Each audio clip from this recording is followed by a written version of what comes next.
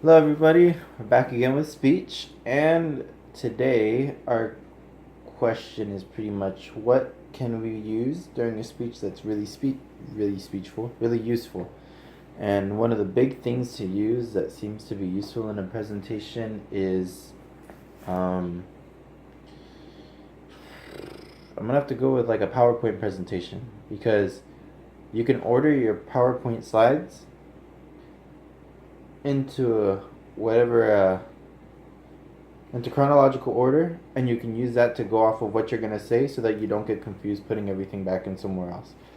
Like if you have note cards, there's a chance that you might mix up the note cards, you might drop the note cards. I mean, note cards are potentially helpful, but also they're a big distraction because looking at a note card like this definitely breaks the eye concentration, not the eye definitely breaks eye contact with the audience, definitely makes the audience believe that you don't know what you're talking about. And if you have a presentation, you can have the information or the points up there to remind you. Like if this was my presentation, I could say, oh yeah, and then at this point and here, and I can also remember, okay, when I put this, I meant to say all of this. Or I can put like the stuff that I don't remember in the presentation to help with remembering it. Maybe I remembered everything else except this little thing, so I'll put that in there because I always forget it. Also, it's a good way to be able to show the audience like this is a picture of what I'm talking about if you've never seen it before. This is a graph of what I'm talking about because the statistics are all over the place. This is what I'm talking about, what I want you to be passionate about, what I want you to think about, what I want you to be empathetic about. My speech and what I want to convince you about is right here in this picture.